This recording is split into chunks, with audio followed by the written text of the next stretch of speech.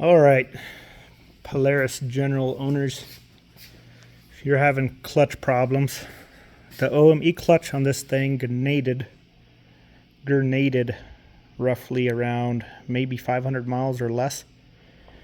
And anyway, went to a mother of all clutches brand and had some issues with that thing.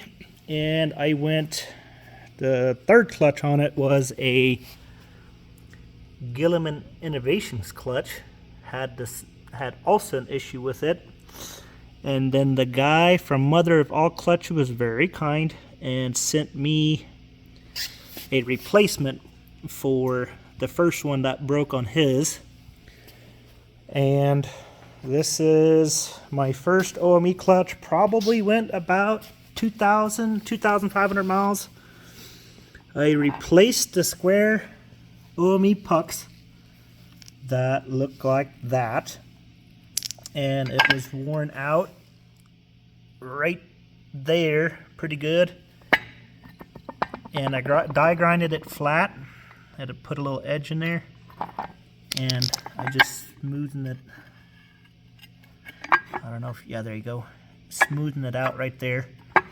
But the problem with Mother of All Clutches and Gilomen Innovations clutch, and they all did the same thing. So the clutch that's on here right now, I was able to repair it this morning, and the symptom was at high RPM it would pull probably up to about 8,000, 8,300, and then all of a sudden it would just over rev. And what happened on that one, which is the same thing that happened on all of these clutches. So what happens is this castle lock nut that goes on this piece right here, which that piece is also supposed to have threads in it. And what happens is this piece goes in there and it screws down the bearing that rides in the middle of that clutch for your engine brake bearing, one-way bearing, sprag bearing. And anyway, and then so what happens is these guys, I guess first the castle or the jam nut lets loose, and then eventually this thing lets loose and it just jacks everything up. And the reason I know that on both of these spacers, you can tell it's real grinded up right there, messed up. And on both of these, I don't know what you call these, but you can tell that it was loose for a while on both of these. And a little pointer. So I've taken one of these clutches apart without one of these jigs to put everything together, and ordered those from Gilomen Innovations. Looks like it's a really good tool. Without it, it's a pain in the butt taking them apart. But what I did is, one more time, tighten the crap out of these guys. You know, of course, replace those little pucks that go right in there.